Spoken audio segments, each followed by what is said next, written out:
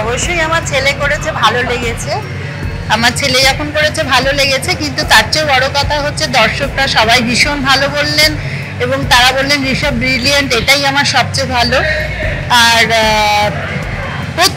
প্রত্যেকে অসম্ভব ভালো অভিনয় করেছে। আর সবচেয়ে বড় কথা, আমি সায়ন্তনকে অনেক ধন্যবাদ জানাবো যে এত সুন্দর ডিরেক্ট করার জন্য। কেন অভিনয়টা বা অভিনয়ের মতন করে নেবে, কিন্তু ডিরেকশন যে করবে, যে টিচার, সে যদি ঠিক মতো হয় তাহলে আর বাদ বাকিটা ঠিক কাজটা করে নেবে।